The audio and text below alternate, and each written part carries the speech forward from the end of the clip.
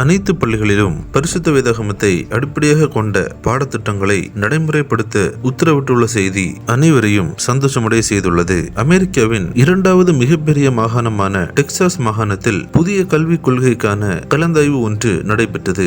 இதில் கல்வித்துறை அதிகாரிகள் மற்றும் உறுப்பினர்கள் கலந்து கொண்டிருந்தனர். இந்நிலையில் தொடக்க பள்ளிகளில் புதிய பைபிள் அடிப்படையிலான பாடத்திட்டத்தை நடைமுறைப்படுத்துவதற்கான வாக்கெடுப்பு நடைபெற்றது.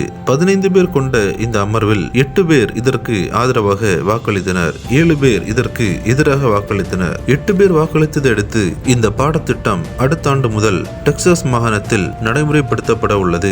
ஏற்கனவே அமெரிக்காவின் ஒக்லஹோமா மாகாணத்தில் அனைத்து பள்ளிகளிலும் கண்டிப்பாக பைபிள் இருக்க வேண்டும் என்ற சட்டம் இயற்றப்பட்டதை அடுத்து தற்போது டெக்சாஸ் மாகாணத்திலும் வேத அடிப்படையிலான பாடத்திட்டங்கள் அடுத்த ஆண்டு முதல் நடைமுறைப்படுத்தப்பட உள்ள இந்த தகவல் உலகளவில் பெரும் வரவேற்பை பெற்றுள்ளது. இந்த சேனலை சப்ஸ்கிரைப் செய்து கொள்ளுங்கள்.